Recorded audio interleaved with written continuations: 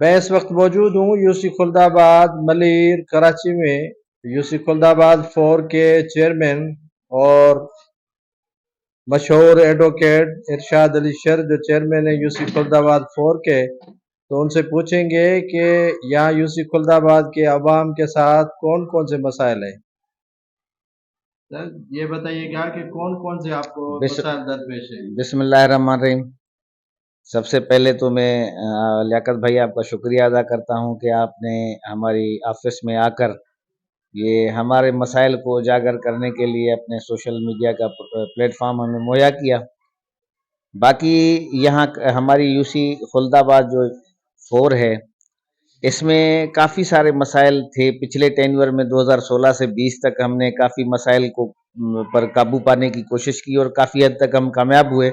काफ़ी सारे तरक्याती काम किए, सीवरेज लाइनें लगाई, पानी की लाइनें लगाई, स्ट्रीट लाइट्स लगाई, पेविंग टाइल्स लगाई, कारपेट रोड लगाए, ईएमटियाँ लगवाई। मतलब काफ़ी सारा काम जो हमारे बस में था, जो हम करवा सकते थे, वो डीएमसी से या सिंध गवर्नमेंट से या इवन कुछ वफाकी गवर्नमेंट से भी काम हमने लिए।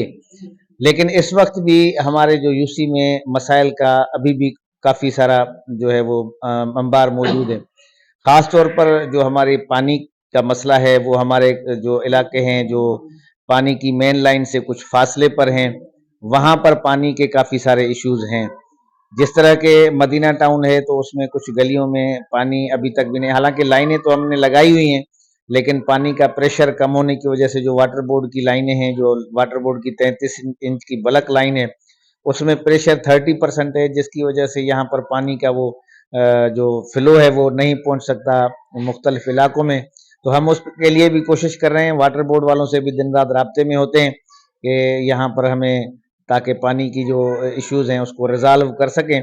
बाकी यहाँ हमारी यूसी जो खुल्दाबाद है वो मुश्तमिल है कच्ची आबादियों पर ज़्यादातर, और वो कच्ची आबादियाँ डेवलप होने में काफ़ी सारा उनमें फंड जो है वो दरकार होता है। हमारी यूसी में तो जितना फंड पिछले टेन्योर में भी लगा है, तो उससे ज़्यादा अभी भी हमारी यूसी के लिए फंड्स की ज़रूरत है, जिसमें मैं सूबाई गवर्नमेंट से ये गुजारिश करता हूँ कि इसमें हमारी जो है वो स्पेशल ग्रांट देकर मदद की जाए।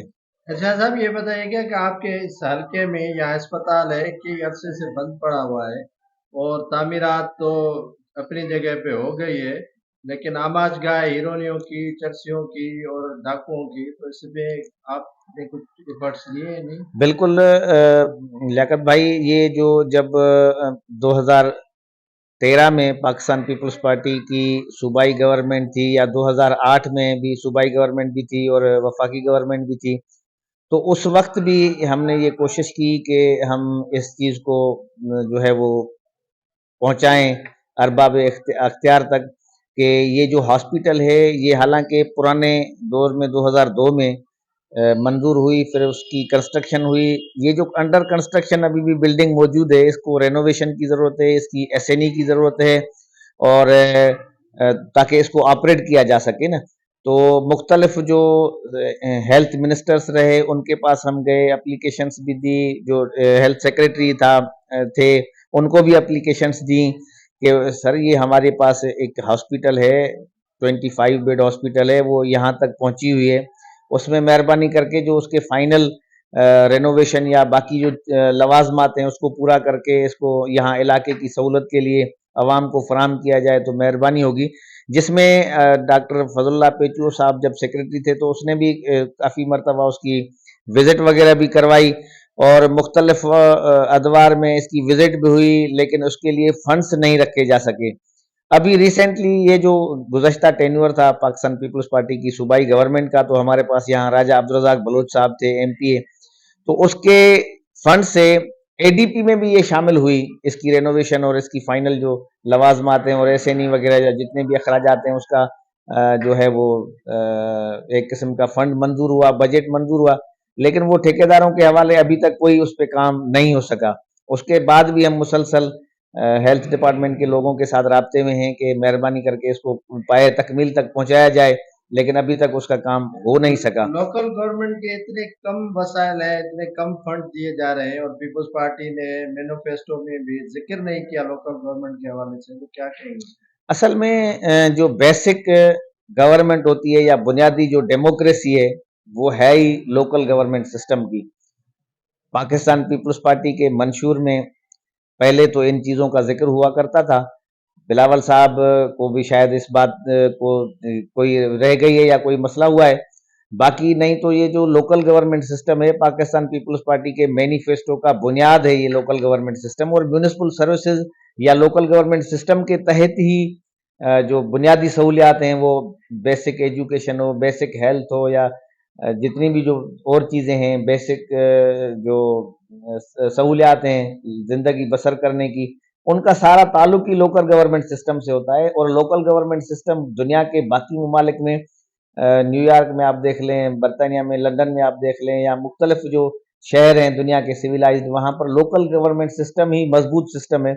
वहाँ के जितने भी तरक्याती काम है या म्यूनिसिपल सर्विसेज के काम है वो लोकल गवर्नमेंट सिस्टम के जरिए होते हैं।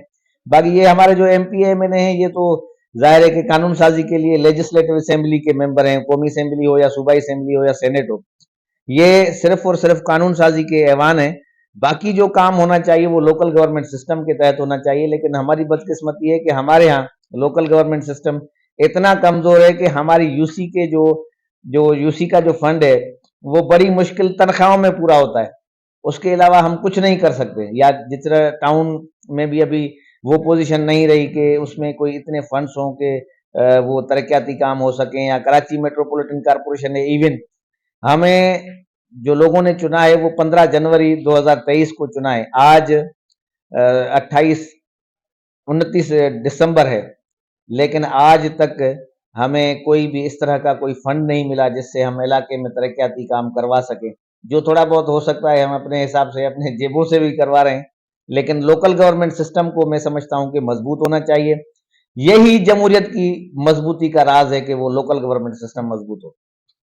ये थे पाकिस्तान पीपल्स पार्टी के चेयरमैन इरशाद अली शर्र एडवोकेट, जिन्होंने कहा कि लोकल गवर्नमेंट आर्डिनेंस के जरिए लोकल गवर्नमेंट को मजबूत किया जाए ताकि सिंध में अवाम के मसाइल हल हो सके।